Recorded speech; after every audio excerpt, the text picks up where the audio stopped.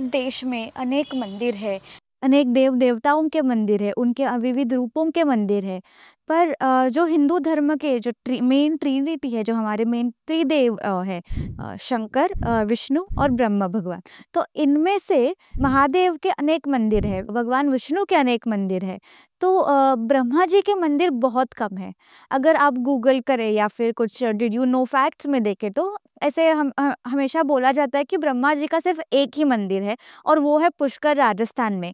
पर आज मैं आपको लेके जाऊंगी और एक ऐसे मंदिर में जो ब्रह्मा जी का ही मंदिर है। पुष्कर राजस्थान इतना ही महत्वपूर्ण है और वो मंदिर है देवभूमि गोमंतक में, यानी गोवा में।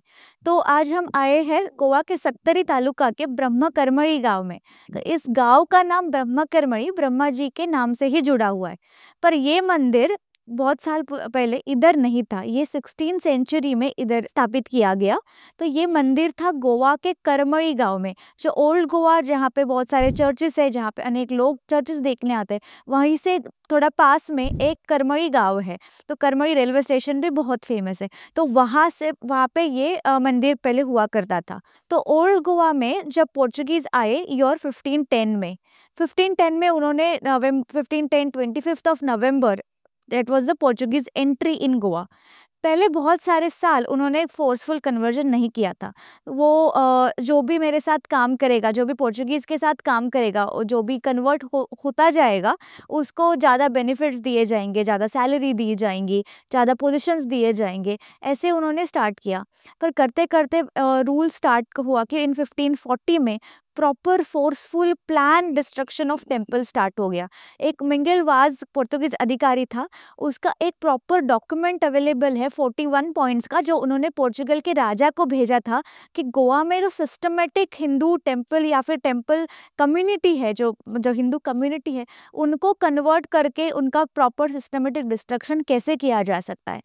तो ये सिर्फ एक टेम्पल का एज ए डिस्ट्रक्शन, उसके साथ कल्चरल सिविलाइजेशनल डिस्ट्रक्शन था। उसका स्टार्ट साम दाम दंड और भेद से होता चला गया। और 1560-1561 के आसपास they had a proper rule that it would be very difficult for a Hindu to exist in and around of old Goa. आपके ऊपर बहुत सारे निर्बंध लगाए जाएंगे। जो मंदिर तोड़े हैं वहाँ पे आपको रिनोवेशन की परमिशन नहीं है। और फोर्सफुली करते करते सबका कन्वर्जन स्टार्ट होने लगा था। तो सब लोगों को यही डर था कि जो मेरा मंदिर है, जो मेरी देव देवताओं की जो मूर्ति या विग्रह है, उनका कन्वर्जन के बाद उनके साथ क्या ट्रीटमेंट किया जाएगा। उन्होंने बहुत सारे मंदिर देखे थे जो तोड़े थे। वो जो तोड़े हुए मंदिरों के पत्थर, वहाँ के ऑर्नामेंटेशन, बाकी जो डेकोरेटिव मूर्तियाँ, सब चर्चेस को बिल्ड करने में यूज़ करना स्टार्ट हुआ था। तो जब फोर्सफुल कन्वर्जन स्टार्ट हो गया, जो हिंदू कम्युनिटी थी, बहुत सारे लोगों ने कन्वर्ट भी किया। किसी ने डर के मारे कन्वर्ट किया, किसी ने लोभ के मारे कन्वर्ट किया। पर बहुत सारे ऐसे थे जिनको कन्वर्ट नहीं करना था। तो ओवरनाइट वो लोग अपनी मूर्ति जो भी अपने साथ लेके जा सकते थे, वो लेके अपने गांव से निकल गए। सो करमड़ी से आज या इस गांव में आने के लिए आपको शायद 30-40 किलोमीटर्स डिस्टेंस है।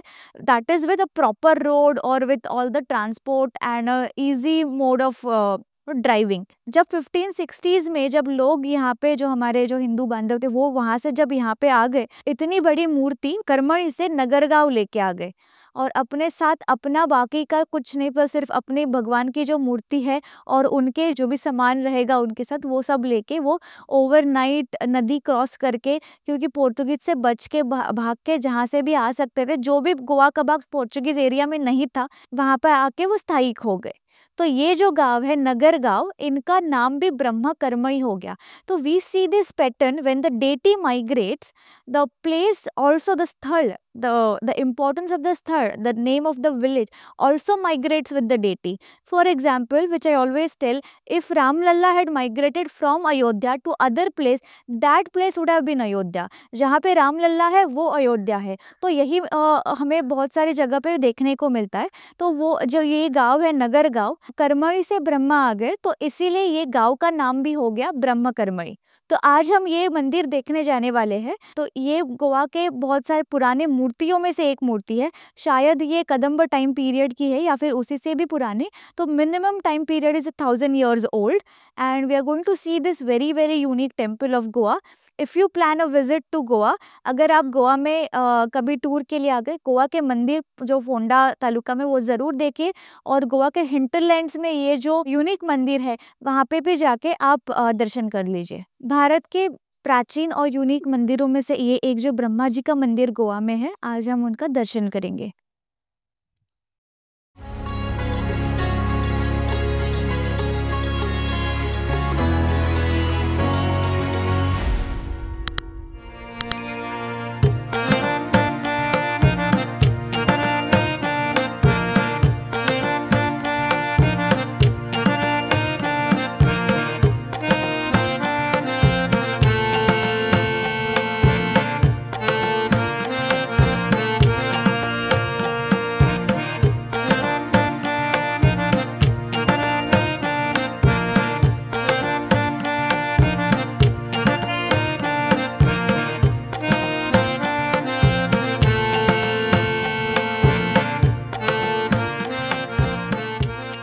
भारतीय मंदिरों का जो मूर्ति शास्त्र है, जो देवता की मूर्ति होती है उस देवता के स्वभाव से, तो उस देवता के विशेष गुणों के आधार पर ही उनके आयुध या फिर आभूषण होते हैं। तो मूर्ति शास्त्र में हम यही पढ़ते हैं कि जो आयुध आभूषण है तो उस भगवान का रूप या फिर अवतार या फिर वो किस लीला में है वो हम समझ सकते हैं। तो बहुत बार ये हुआ है कि जो मंदिर तोड़े गए या फिर मूर्ति तोड़ी गई है, अगर आधी भी मूर्ति हमें मिल जाए तो हम मूर्ति शास्त्र के आधार पर वो मूर्ति किस भगवान की थी, किस देवता की थी, या फिर कोई आदि गण या फिर अन्य देवताओं की थी, ये हम समझ सकते हैं। ये जो भगवान ब्रह्मा जी की जो मूर्ति है, यहाँ पे आप देख सकते हैं कि यहाँ पे ब्रह्मा भगवान को 4 शीश होते हैं, तो 3 आप यहाँ पे देख सकते हैं। एंड द फोर्थ वन, चौथा है, वो हम जैसे प्रदक्षिणा पथ में जाते हैं तो पीछे से एक छोटे से झरोका या खिड़की से हमें वो देखने को मिलता है। ब्रह्मा जी जो है वो क्रिएशन या फिर निर्मिति के देवता है। द लाइफ या फिर जो जीवन है या फिर जो उनकी निर्मिति ब्रह्मा जी ने की है। So since he is the God of creation, creation के लिए जो चाहिए वो है ज्ञान। ज्ञान प्राप्ति के लिए जो भी उपयुक्त आयुध है वो हम ब्रह्मा जी के हाथ में देख सकते हैं। उनके ऊपर वाला जो राइट हैंड है उसमें है जो यज्ञ में घी डालने के लिए जो पड़ी या फिर जो चम्मच होता है वो हम देख सकते हैं। और ब्रह्मा जो है यज्ञ के भी देवता है, तो राइट हैंड में हम वो जो हवी या फिर ये जो पड़ी जो बोलते हैं हम उसको मराठी में, वो आप देख सकते हैं। ऊपर वाले दूसरे हाथ में है वेद। अभी हमको बहुत सारे स्कूल्स या फिर सरस्वती देवी के हाथ में पुस्तक दिखाई देता है, तो पहले जब पुस्तक नहीं था तब मैन्युस्क्रिप्ट यूज करते थे। जो भुर्ज पत्र होता था उसके ऊपर लिखा जाता था, तो वो मैन्युस्क्रिप्ट हम उनके हाथ में देख सकते हैं। क्योंकि ब्रह्मा जी वेदों के भी निर्माता है, तो वेद उनके हम ऊपर वाले हाथ में देख सकते हैं। तो निचला वाला राइट हैंड है, उसमें हम अक्षमाला देखते हैं। सो अक्षमाला या फिर जिसको हम जपमाला बोलते हैं, इसको इंग्लिश में रोजरी बोला जाता है, is also the method to count time. सृष्टि का जब निर्माण हुआ, सृष्टि का समय, हर एक लाइफ टाइम का समय ये भी कंट्रोल ब्रह्मा जी करते। तो उनके एक हाथ में अक्षमाला है और दूसरे हाथ में वो ज्ञानी और योगी भी है, तो उनके दूसरे हाथ में कमंडलू जिसमें पानी रखा जा सकता है, वो भी हम देख सकते हैं।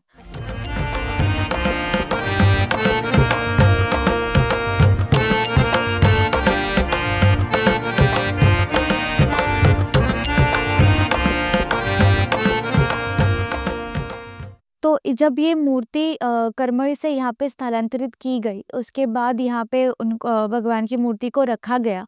और समय के चलते जब डोनेशंस वगैरह बढ़ने लगे तब धीरे धीरे करके एक प्रॉपर मंदिर यहाँ पे बांधा गया। और तभी जब से यहाँ पे स्थलांतर हुआ है तब से यहाँ की पूजा अर्चना भगवान की चलती आ रही है।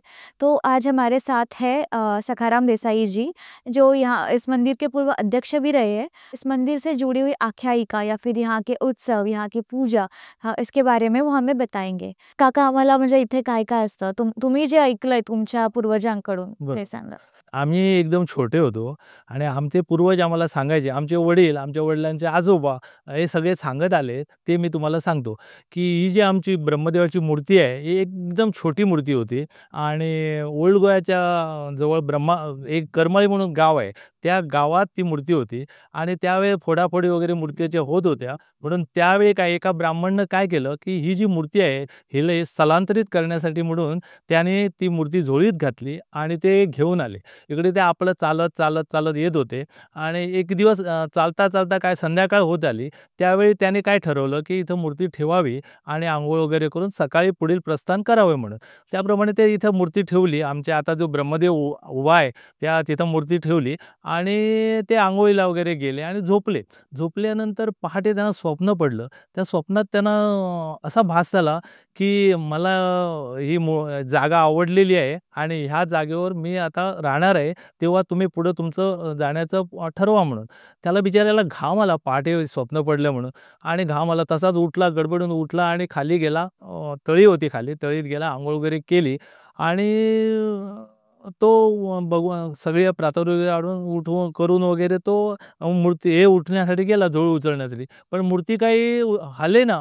अरे देवा! म्हणाला असं कसं झालं काय म्हणाला. मला जो भगवानने ब्रह्मदेवानं आभास दिला तो खरा ठरला काय म्हणून सांगितलं त्यानं, ठरवलं आणि बघितलं परत एकदा उचलण्याचा प्रयत्न केला, पण काय मूर्ती उचलली नाही.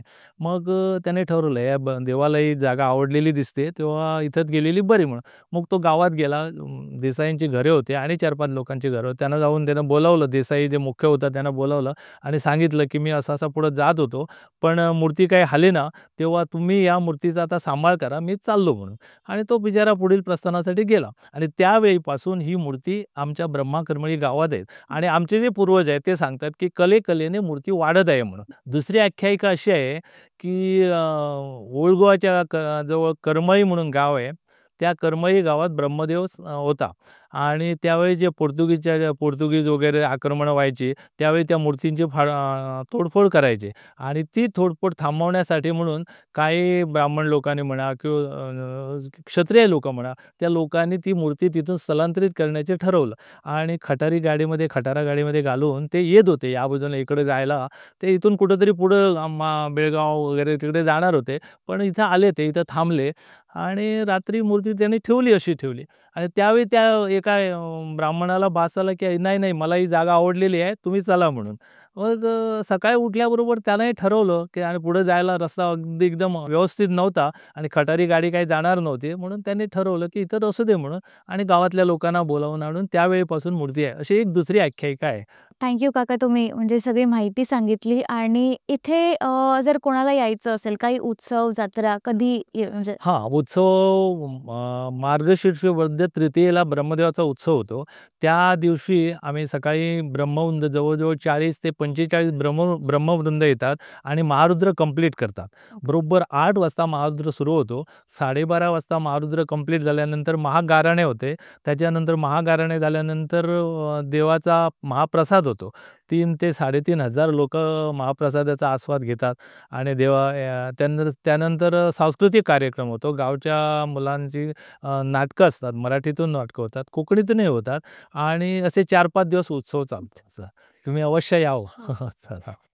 नक्की येऊ. आणि जे लोकं बघत असतील, जे गोव्यात जो भी लोग गोवा में आते हैं, ये एकादश तीर्थ जो 11 स्पिरिचुअल टेम्पल्स ऑफ गोवा है, यूनिक टेम्पल्स ऑफ गोवा, उनमें से भी इस टेम्पल को चुना गया है गोवा टूरिज्म ने। तो आप जब भी गोवा आएंगे, आप ब्रह्मकरमणी ज़रूर आ सकते हैं।